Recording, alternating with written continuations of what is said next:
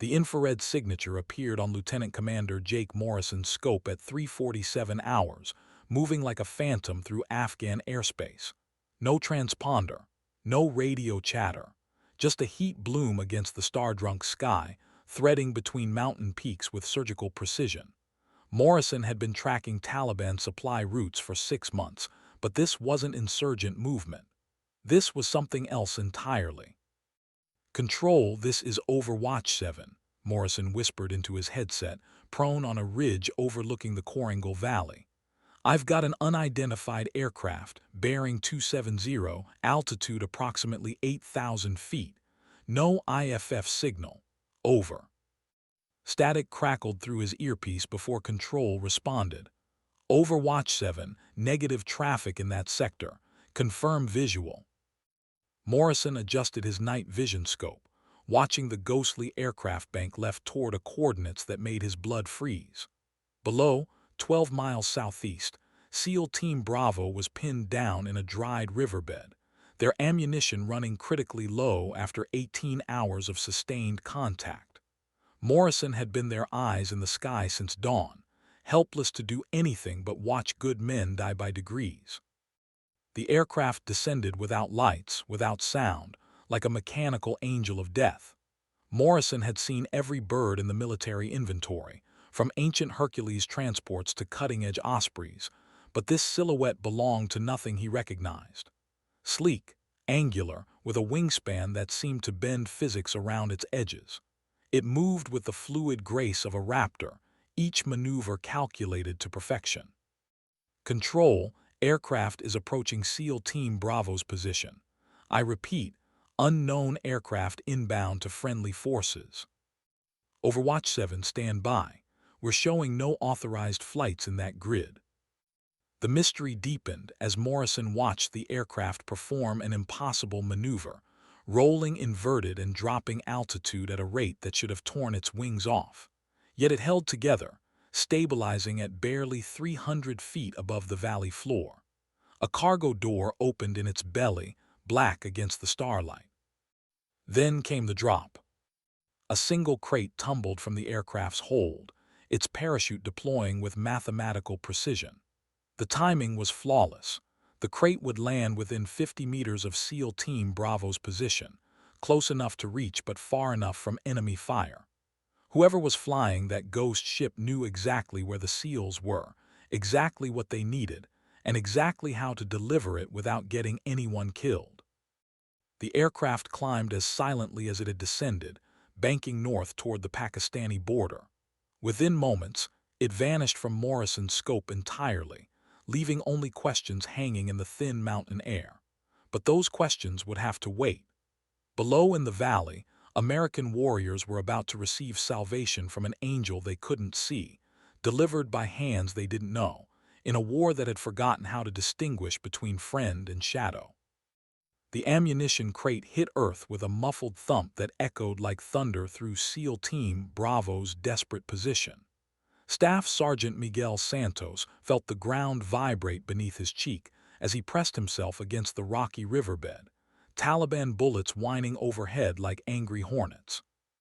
His team had been trading fire with an estimated 40 insurgents since yesterday morning, and their ammunition situation had moved beyond critical into the realm of mathematical certainty.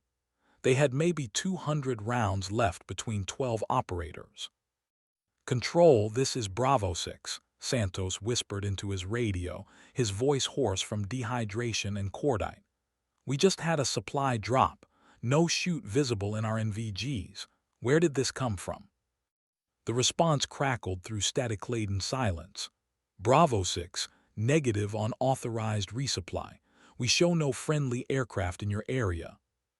Santos exchanged glances with his point man, Petty Officer First Class Tommy Chen, whose angular face was streaked with 3 days of mountain dust and dried blood from a grazing wound across his temple.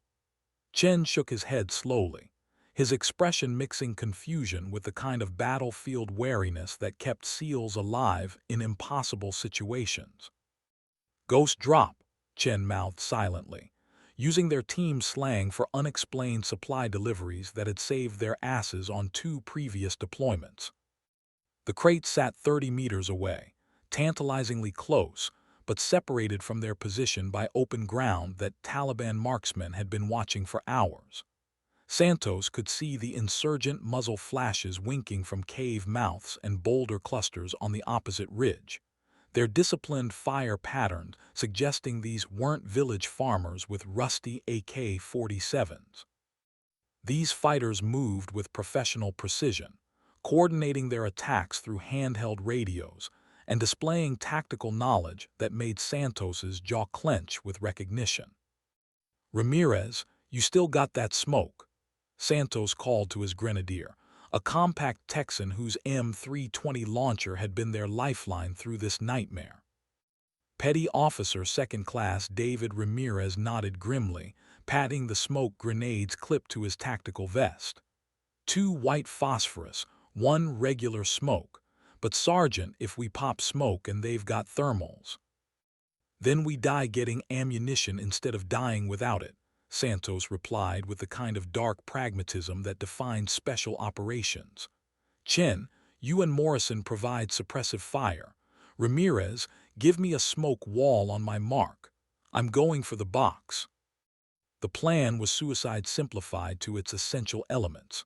Santos would sprint across open ground while his teammates provided covering fire, praying that whoever had dropped that crate had packed it with enough ammunition to turn this desperate last stand into something resembling a fighting chance. The mathematics were brutal but clear. Without that resupply, SEAL Team Bravo would run out of bullets before they ran out of enemies. As Santos prepared to run towards salvation or death, he wondered about the phantom aircraft that had appeared from nowhere, delivered hope with surgical precision, then vanished like smoke on the mountain wind. Santos sprinted across the killing ground with 30 pounds of gear and 15 years of special operations, training driving his legs through loose scree and Taliban fire. Bullets sparked off rocks beside his boots as he dove the final 5 meters, landing hard against the ammunition crate with his shoulder. The impact drove air from his lungs, but his hands were already working the military standard clasps, muscle memory taking over where conscious thought failed. Inside the crate, ammunition glittered like treasure under starlight. Not random supplies, but exactly what SEAL Team Bravo needed. 5.56 NATO rounds for their M4 carbines, 7.62 for Chen's sniper rifle, 40 grenades for Ramirez's launcher, and even specialized subsonic rounds for their suppressed weapons. Someone had known their exact loadout, their precise ammunition requirements, down to the specific grain weights they preferred for long-range engagements. "Bravo 6, you've got movement on the North Ridge," came Morrison's voice through Santos's earpiece. The forward observer was perched somewhere in the darkness above, watching over them like a guardian angel with night vision and a laser designator. "Looks like they're trying to flank your position." Santos keyed his radio while stuffing magazines into his tactical vest. "Copy, Overwatch. How many?" "At least 8, moving in 2 teams. They'll have your 6 in approximately 15 minutes." The tactical situation was deteriorating faster than Santos could reload. Even with fresh ammunition, his team was outnumbered better than 3-1, pinned in low ground with limited cover, and now facing encirclement. They needed extraction, but the nearest landing zone was 4 kilometers through hostile territory, and their helicopter support had been grounded by mechanical failures at Forward Operating Base Chapman. That's when Santos noticed the note. Tucked beneath the ammunition boxes, written on military-issue paper in neat, precise handwriting, Grid 41 RQP 15,840 23,567. Clear the LZ. 15 minutes. Ghost. Santos stared at the coordinates, his mind racing through tactical possibilities. The grid reference was a ridgeline 800 meters north of their position, defensible high ground with natural cover and room for a helicopter to land. But reaching it would require fighting through the Taliban flanking force that Morrison had just identified. Chen Ramirez, we're moving, Santos called as he shouldered the ammunition crate. Someone just gave us a way out, but we've got to fight for it. As SEAL Team Bravo prepared to break contact and fight their way to salvation, Santos found himself wondering about their mysterious benefactor. Military pilots didn't operate without authorization, especially not in restricted airspace over active combat zones. Yet someone had risked court-martial, career suicide, and possibly their life to keep 12 American warriors breathing for another day. The ammunition crate felt lighter in Santos's hands than it should have, as if hope itself had physical weight that could be redistributed among desperate men with empty magazines and full hearts. The firefight to reach the extraction point would be remembered in after-action reports as a textbook example of small unit tactics under extreme duress. SEAL Team Bravo moved like water flowing uphill, each operator covering his teammates' advance, while the Taliban flanking force tried to close the trap. Santos led from the front, his newly resupplied M4 carbine speaking in controlled bursts that dropped insurgents with surgical precision. Chen's sniper rifle cracked from overwatch positions, each shot carefully placed to disrupt enemy communications and eliminate key leaders.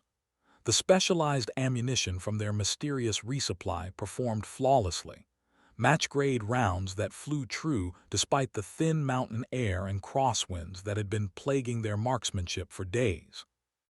Bravo 6, this is Ghost 11 inbound for extraction, came a voice through Santos's radio that made him pause mid-sprint. Female, calm as mountain silence, with the kind of professional competence that immediately commanded respect. I need that LZ clear in 10 minutes, Sergeant. Can you make that happen? Santos keyed his radio while diving behind a boulder as Taliban fire intensified. Ghost 11, who the hell are you? Control shows no authorized flights in this sector. Control doesn't know about a lot of things, Sergeant. Right now, the only thing that matters is getting you and your team home alive. Are we clear on that? Something in her voice, absolute confidence backed by what sounded like hard-earned authority, made Santos's professional instincts snap to attention. Whoever was flying that bird, she wasn't some fresh-faced pilot on her first combat deployment. This was someone who had been tested by fire and emerged stronger. Copy, Ghost 11. We'll have your LZ clear. Outstanding. And Sergeant, the ammunition drop was just the opening act. Wait until you see what I brought for the finale. The radio went silent, leaving Santos to wonder what kind of pilot could promise miracles with such casual certainty. Around him, his team continued their fighting withdrawal toward the ridgeline, their movements synchronized by years of training and the kind of trust that could only be forged in combat. Ramirez's grenade launcher thumped rhythmically, 40 rounds arcing over Taliban positions to explode with devastating precision.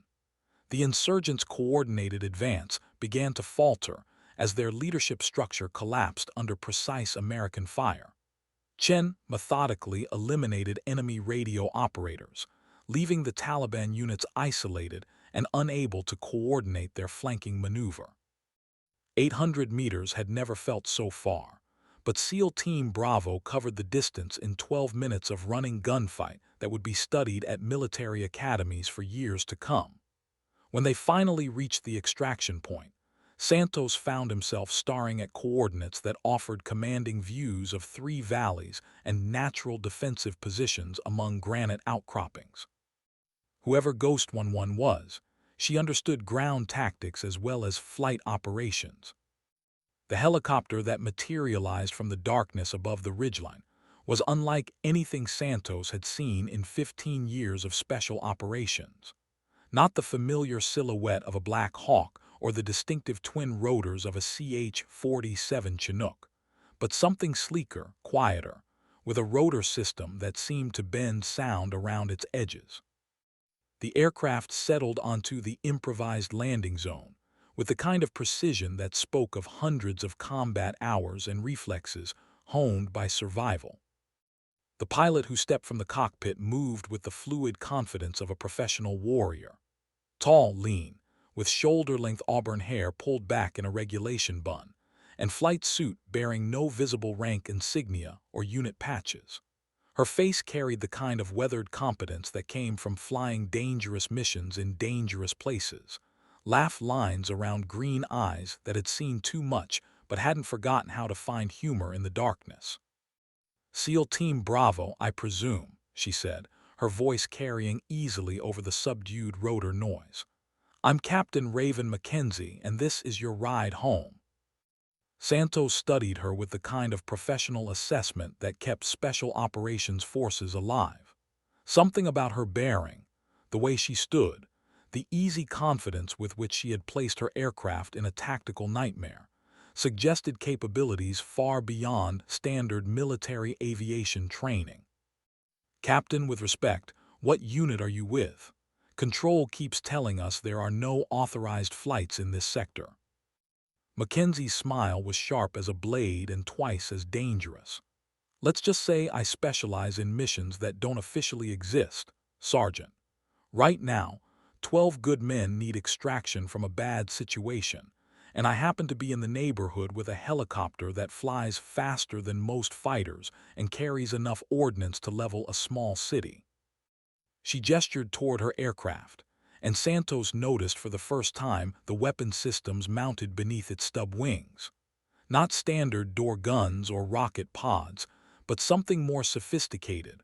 What looked like precision-guided munitions and electronic warfare equipment that belonged on cutting-edge attack helicopters, not transport birds. "Ma'am, are you saying you're some kind of special operations pilot?" "I'm saying that your extraction just became the Taliban's worst nightmare, Sergeant. Load your team and let me show you why they call me Ghost."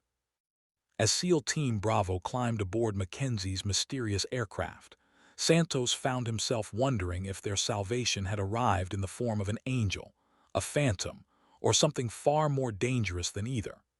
The ammunition drop had been just the beginning.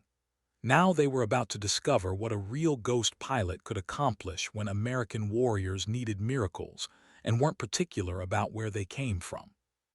Mackenzie's aircraft lifted from the ridgeline with the smooth power of advanced engineering and pilot skill that bordered on supernatural.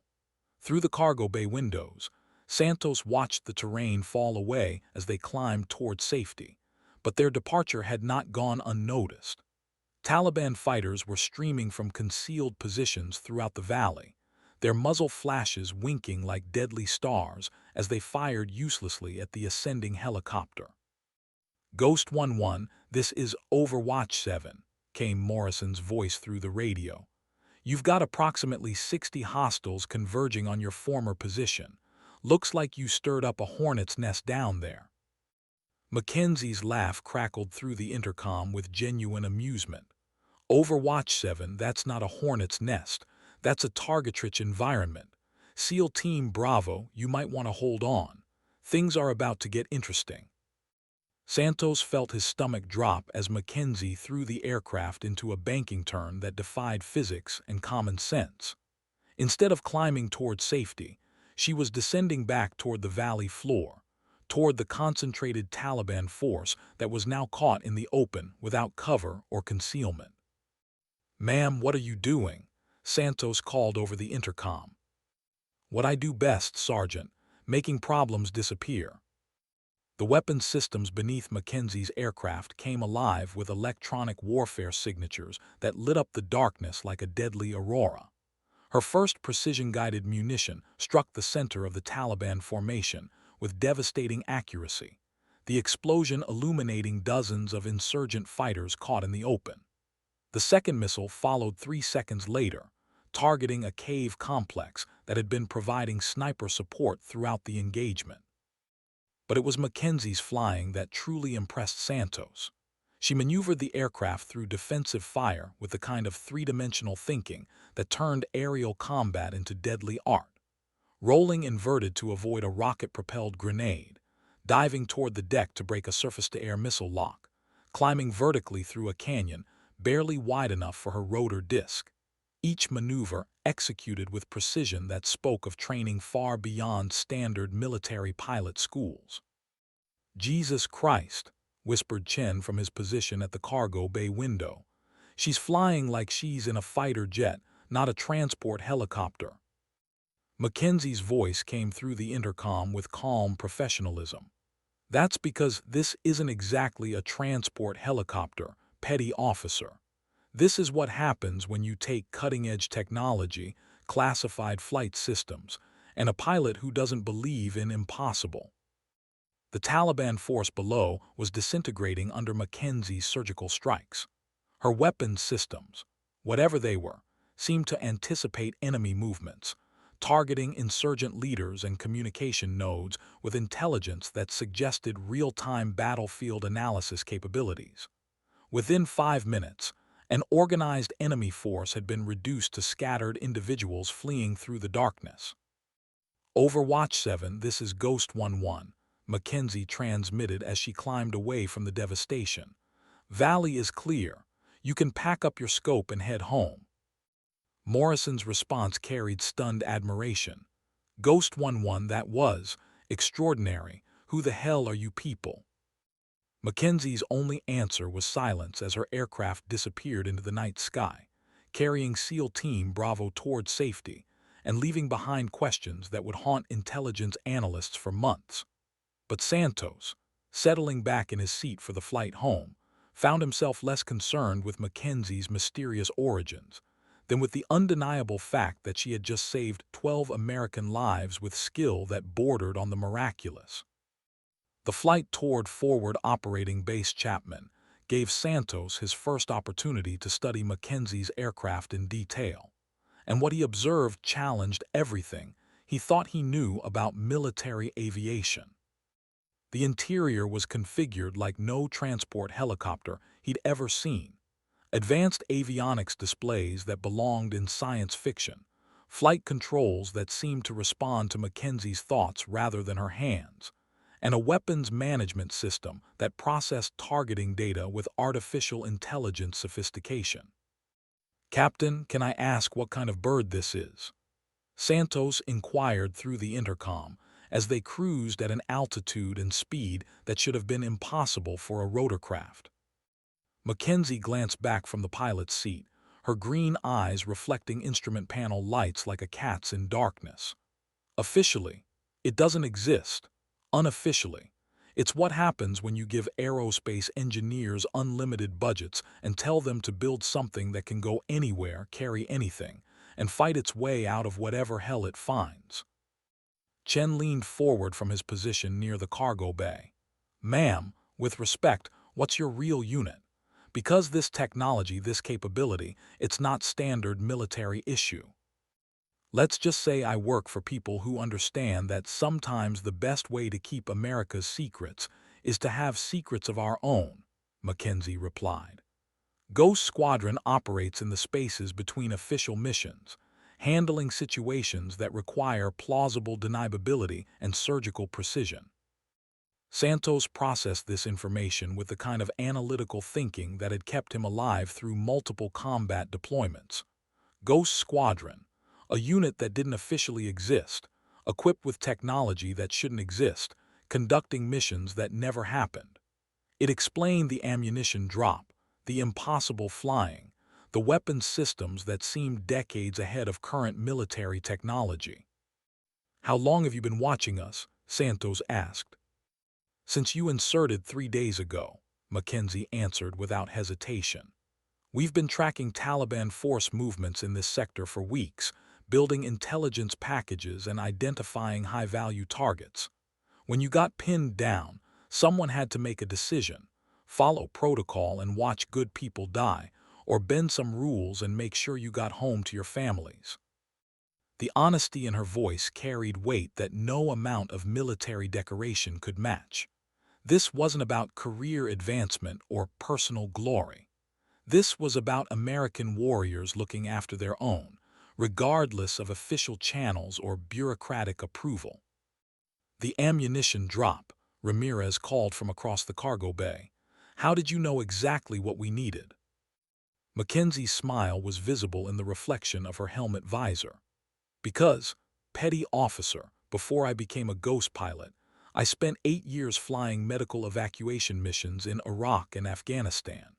I've extracted more special operations teams than I can count, and I've learned that the difference between bringing warriors home alive or in body bags usually comes down to having the right ammunition at the right time.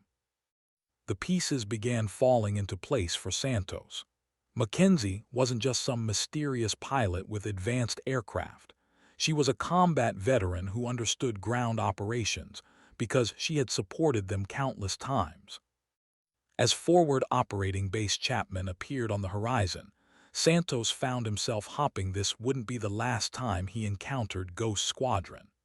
In a war where bureaucracy often moved slower than bullets, having someone willing to bend rules for the right reasons might mean the difference between victory and catastrophe. Forward operating base Chapman materialized from the darkness like a fortress of light and steel carved from Afghan mountainside. Mackenzie's approach to the landing zone was textbook perfect, a shallow descent that minimized their acoustic signature, followed by a touchdown so gentle that Santos barely felt the skids contact Earth. Around the perimeter, base security teams watched her mysterious aircraft with the kind of professional wariness reserved for unknown variables in combat zones. SEAL Team Bravo, welcome home, Mackenzie announced through the intercom as her rotor system spooled down to idle. Medical personnel are standing by if anyone needs attention, and I believe your commanding officer wants to debrief you immediately. Santos unbuckled his harness and moved toward the cargo bay exit, but paused when Mackenzie called his name. Sergeant Santos, a word if you would. He approached her position in the cockpit, noting how her hands continued working across instrument panels with the fluid competence of someone who lived and breathed aviation. Her aircraft systems were shutting down in a sequence that looked more like shutting down a spacecraft than a helicopter. Ma'am, what I'm about to tell you is classified at levels that don't have names, Mackenzie said quietly, her voice carrying the weight of national security implications. Ghost Squadron exists because there are threats to American interests that require responses outside normal military channels. We operate in gray areas, handle situations that never make it into official reports, and sometimes we bend rules that other people consider sacred. Santos nodded, understanding the implications. I'm tracking, Captain. Good, because what happened tonight? The ammunition drop, the extraction, the tactical support. That was Ghost Squadron deciding that 12 American warriors were worth more than bureaucratic convenience. But if anyone asks, officially you were extracted by a medical evacuation flight that happened to be in the area. Mackenzie reached into her flight suit and produced a small metal object that she pressed into Santos's palm. It was a unit patch, but unlike any he'd ever seen, a stylized raven in flight against a background of stars and shadows, with the words Ghost Squadron embroidered in silver thread. If you or your team ever find yourselves in an impossible situation again, put that patch on your radio antenna and broadcast on emergency frequency 243. We monitor that channel continuously, and if we can help, we will. Santos studied the patch, recognizing it as more than military memorabilia.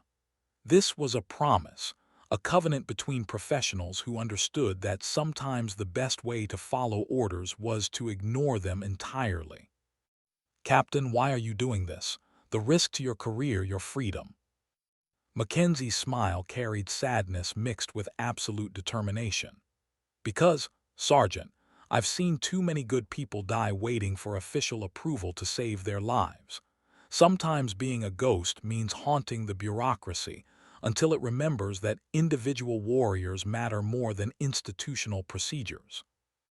As Santos climbed down from Mackenzie's aircraft, he found himself carrying more than just a unit patch.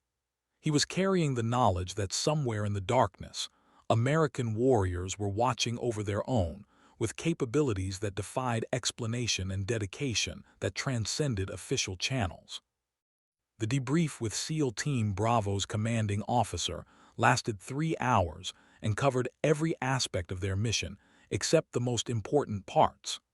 Lieutenant Colonel Marcus Webb, a career Special Operations officer with 22 years of service and a healthy suspicion of coincidences, listened to Santos's carefully edited after-action report with growing skepticism. "So you're telling me," Webb said, leaning back in his chair behind a desk covered with classified documents and coffee-stained tactical maps, "that an unauthorized ammunition drop appeared exactly when you needed it, followed by an unscheduled medical evacuation flight that just happened to be equipped with advanced weapons systems, and a pilot capable of single-handedly destroying a Taliban force?" Santos maintained eye contact while choosing his words carefully. "Sir, the ammunition drop saved our lives. The extraction prevented what would have been a complete tactical disaster. Sometimes in combat, good things happen for reasons we don't understand." Webb's expression suggested he understood far more than he was letting on. "Sergeant, in my experience, mysterious supply drops and unscheduled flights usually have explanations that involve people making decisions above our pay grade. Are you telling me you have no idea who provided that support?" "Sir, I'm telling you that 12 American warriors are alive today because someone decided our lives were worth the risk of bending some rules. Beyond that, I don't think the details matter as much as the results." The silence stretched between them for 30 seconds that felt like 30 minutes. Finally, Webb leaned forward and spoke in the kind of quiet voice that carried more authority than shouting. "Sergeant Santos, I've been in special operations long enough to know that some missions require capabilities that don't exist in official tables of organization. I've also learned that sometimes the best way to support unconventional operations is to ask the right questions and ignore the wrong answers." Santos felt tension ease from his shoulders as he recognized the implicit message. Webb wasn't going to push for details that might compromise operational security or endanger people who had risked everything to save American lives. "However," Webb continued, "I need you to understand that Ghost Squadron, and yes, I know exactly who extracted you, operates in a legal gray area that could end careers and destroy lives if the wrong people start asking the wrong questions. Your team's survival is worth celebrating, but it's also worth protecting through careful discretion." Santos reached into his pocket and placed Mackenzie's unit patch on Webb's desk. "Sir, they gave me this, said if we ever needed help again." Webb studied the patch for a long moment, his expression shifting from professional wariness to something approaching admiration. "Ghost Squadron has been saving American lives for longer than most people realize, Sergeant. The fact that they trusted you with direct contact means they consider you worth the risk." As Santos prepared to leave the debrief, Webb's final words followed him to the door. "Take care of that patch, Sergeant, and remember, some angels prefer to remain invisible." Walking across Forward Operating Base Chapman toward his team's quarters, Santos found himself wondering how many other American warriors had been saved by ghosts who officially didn't exist. The mess hall at Forward Operating Base Chapman buzzed with the kind of subdued conversation that marked the end of another day in America's longest war. Santos sat with his team around a table covered with MRE packages and lukewarm coffee, watching his operators process their extraction experience with the dark humor that kept Special Operations Forces sane in insane circumstances. "So let me get this straight," Chen said, stirring powdered creamer into his coffee with a plastic spoon. "We get pinned down by half the Taliban army, mysteriously receive exactly the ammunition we need from an aircraft that doesn't exist, then get extracted by a pilot who flies like she's part machine and fights like she's got personal issues with gravity." Ramirez laughed, but his eyes carried the kind of thoughtful expression that suggested he was working through tactical implications. "Don't forget the weapon systems, brother. I've never seen precision-guided munitions that responsive. It was like she was inside the Taliban's decision cycle before they made their decisions. "What I want to know," added Morrison, who had joined them after completing his own debrief, "is how she knew our exact position, our ammunition requirements, and our tactical situation without any direct communication. That kind of intelligence gathering capability doesn't exist in standard military units." Santos listened to his team's analysis while studying Mackenzie's unit patch, which he had decided to keep rather than turn over to intelligence personnel who would ask questions that might endanger people who had saved American lives. The patch felt heavier than its physical weight suggested, carrying implications that extended far beyond a single combat mission. "Maybe the how matters less than the why," Santos suggested quietly. "Someone with extraordinary capabilities decided that our lives were worth extraordinary risks. In my book, that makes them family, regardless of what unit patch they wear or what aircraft they fly." The conversation was interrupted by the arrival of Command Sergeant Major Patricia Hayes, the senior enlisted advisor for Special Operations Forces in the region. Hayes had spent 24 years in the Army, including multiple combat deployments, and a reputation for straight talk that had earned respect from generals and privates alike. "SEAL Team Bravo," Hayes announced, her voice carrying easily across the mess hall. "Your extraction last night has generated some interesting conversations at levels that require security clearances I don't have. What I can tell you is that certain people are very pleased with the outcome and want to ensure that similar support remains available for future operations." Hayes pulled up a chair and joined their table, her presence automatically commanding attention from every operator in the vicinity. "What I'm about to say doesn't leave this group. Understood? Ghost Squadron has been providing support to Special Operations Forces for 3 years, conducting missions that require capabilities beyond what standard military units can provide. They operate with authorities that don't appear in normal chain of command structures, but their results speak louder than their paperwork." Santos nodded, understanding the implications. "Sergeant Major, are you saying Ghost Squadron has official sanction for their operations?" "I'm saying that sometimes the best way to support warriors in impossible situations is to have other warriors who specialize in impossible solutions. Ghost Squadron exists because warfare in the 21st century requires 21st century capabilities, even when those capabilities stretch traditional military doctrine." Hayes stood to leave, but paused to address Santos directly. "Sergeant, that patch you're carrying represents more than unit identification. It represents a promise that American warriors don't get abandoned, regardless of official procedures or bureaucratic convenience. Honor that promise, and it will honor you in return." The message was clear. Ghost Squadron enjoyed protection from higher authorities, who understood that unconventional warfare required unconventional responses. 3 weeks after their extraction from the Korangal Valley, SEAL Team Bravo found themselves assigned to a mission that would test their newfound connection to Ghost Squadron. Intelligence reports indicated that a high-value Taliban leader named Mullah Nazir had established a command post in a cave complex near the Pakistani border, coordinates that placed him in terrain so remote and heavily defended that conventional assault would be suicidal. Santos studied the mission briefing in the Tactical Operations Center, noting details that made his professional instincts scream warnings. The target location was accessible only through a narrow canyon that offered perfect opportunities for ambush, surrounded by high ground that provided commanding fields of fire for defenders, and positioned close enough to the Pakistani border that pursuit would be limited by international boundaries. "Sir," Santos addressed Lieutenant Colonel Webb during the mission briefing, "this looks like a trap. The intelligence seems too convenient, the location too exposed. If Mullah Nazir is as tactically competent as his reputation suggests, why would he position himself in a location that's vulnerable to air assault?"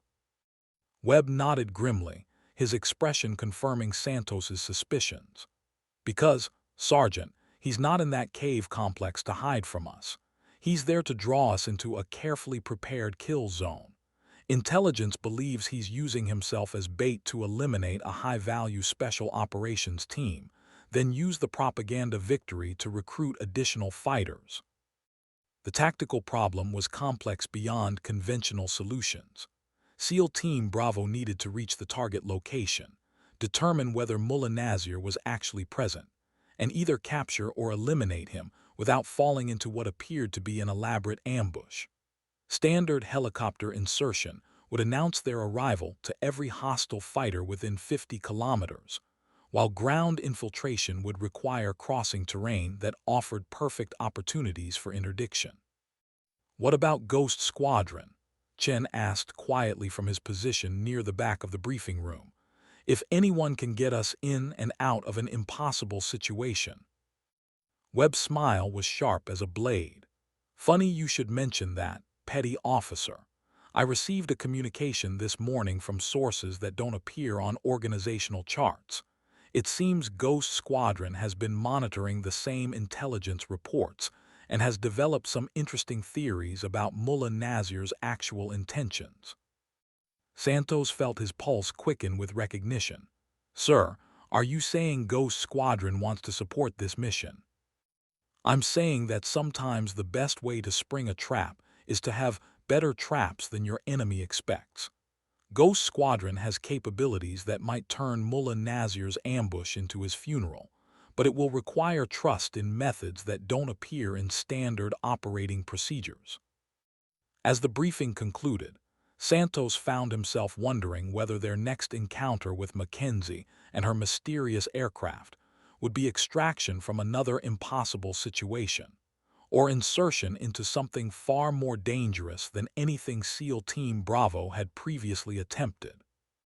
The insertion briefing took place in a secure facility that officially didn't exist, located in a section of Forward Operating Base Chapman that required clearances Santos didn't know he possessed. Mackenzie stood beside a three-dimensional holographic display that showed the target area in detail that made satellite imagery look primitive. Her auburn hair pulled back in the same regulation bun, but her flight suit bearing different patches, ones that seemed to shift and change depending on viewing angle. "Gentlemen," Mackenzie began, her voice carrying the calm authority Santos remembered from their first encounter, "Mullah Nazir has prepared what he believes is the perfect ambush. He's positioned approximately 200 fighters throughout this canyon system, with overlapping fields of fire, pre-positioned ammunition caches, and escape routes that lead directly into Pakistani territory." She manipulated the holographic display with hand gestures, highlighting enemy positions that appeared as red indicators scattered throughout the terrain. "What Mullah Nazir doesn't know is that we've been monitoring his communications for 6 weeks, mapping his defensive positions through advanced reconnaissance assets, and developing countermeasures for every aspect of his tactical plan." Santos stared at the display, recognizing tactical intelligence that surpassed anything he'd seen in 15 years of special operations. "Ma'am, how did you gather this level of detail without alerting enemy forces?" Mackenzie's smile carried predatory satisfaction. "Because, Sergeant, Ghost Squadron doesn't just operate with advanced aircraft. We have intelligence-gathering capabilities that make traditional reconnaissance look like children playing hide-and-seek. We know where every Taliban fighter is positioned, what weapons they're carrying, and which ones are most likely to break under pressure." The tactical plan that emerged from the briefing was elegant in its complexity. Rather than attempting to avoid Mullah Nazir's ambush, SEAL Team Bravo would walk directly into it while Ghost Squadron provided Overwatch with capabilities that would turn the Taliban's carefully prepared kill zone into a systematic elimination of enemy forces. "The insertion will be conducted using technology that doesn't officially exist," Mackenzie explained, highlighting approach routes on the holographic display. "We'll place you exactly where Mullah Nazir,